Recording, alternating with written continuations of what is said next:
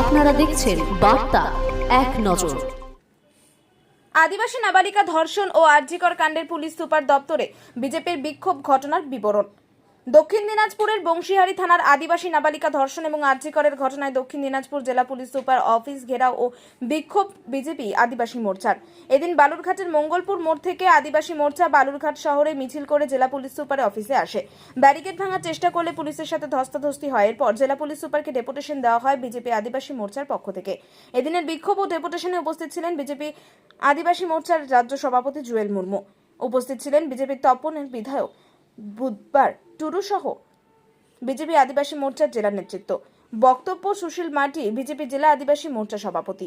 আপনারা জানেন যে সারা রাজ্য জুড়ে যেভাবে নারী নির্যাতন বেড়ে চলেছে এবং সারা রাজ্যের সাথে সাথে আমাদের দক্ষিণ দিনাজপুরে বিভিন্ন প্রান্তে আদিবাসী মহিলাদের উপর যেভাবে নির্যাতন হচ্ছে, তারই প্রতিবাদে এখানকার যে পুলিশ প্রশাসন যে আইনি শৃঙ্খলা ভেঙে পড়েছে এবং তারই প্রতিবাদে আমরা আদিবাসী জনজাতি মোর্চার পক্ষ থেকে আজকে এসপি সাহেবের কাছে ডেপুটেশন দিতে বাধ্য হচ্ছি।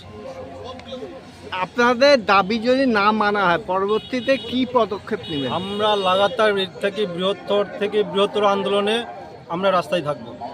আপনার নাম? আমার নাম সুশীল মার্ডি।